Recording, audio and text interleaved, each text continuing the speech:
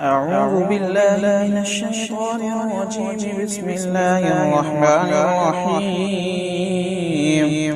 ليس البر أن تولوا وجوهكم قبل المشرق والمغرب ولكن البر من آمن بالله واليوم الآخر والملائكة والكتاب والنبيين وآتى المال على حبه ذوي القربى واليتامى والمساكين وابن السبيل والسائلين وفي الرقاب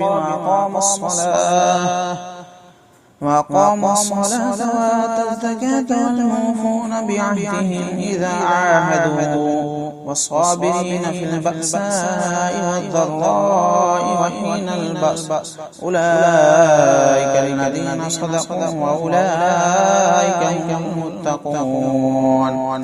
يا أيها الذين آمنوا كتب عليكم القصاص في القتلى الحر بالحر والعبد بالعبد والأنثى بالأنثى فمن عفي له من أخيه شيء فاتباع بالمعروف وأداء إليه بإحسان ذلك تخفيف من ربكم ورحمة فمن اعتدى بعد ذلك فله عذاب أليم. ولكم في القصاص حياة يا أولي الألباب لعلكم تتقون.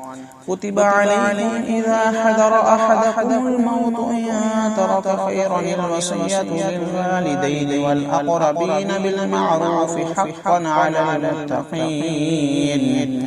فمن بدله بعد ما سمعه فإنما إثمه على الذين يبدلونه إن الله سميع عليم. فمن خاف من موت جنفا أو إثما فأصلح بينهم فلا إثم عليه إن الله غفور رحيم. صدق الله العظيم.